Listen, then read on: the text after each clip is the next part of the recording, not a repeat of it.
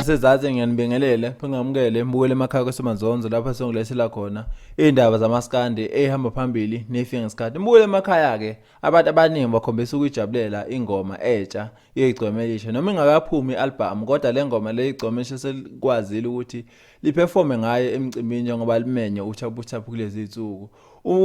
iGcwemelisha beliperforma le ngoma le kwenye rally elinye iqembu lezepolitiki. Abantu abaningi ke bavele bagcwala estage ize laphoqeke ukuthi iGcwemelisha lisuke estage ngoba abantu bonke besebethe mbo bezokaka iGcwemelisha ngale ngoma entsha. Noma kunjalo ke egunya zokuxhumana abantu abaningi bamgxeka umthandeni uFamanqala iGcwemelisha bathi le ngoma le iGcwemelisha lifudumezile ingoma kahle kahle kaMtshengiseni Mfowagcwethe. Kodwa mbukele emakhaya phandle uthi ngilande lezi ngoma ngizoyidlala zibe mbili mase kuba kuwe ukuthi uthatha liphi side lokuthi ngabe ngempela uyavuma ukuthi iGcwemelisha le ngoma lifudumezile noma nawe ukholwa ukuthi iGcwemelisha likhompozile le ngoma. Mbukele emakhaya ke nasi ingoma ngibophele ezimbili ake hlangane futhi ngokuzayo. Siyabonga. Iyadlali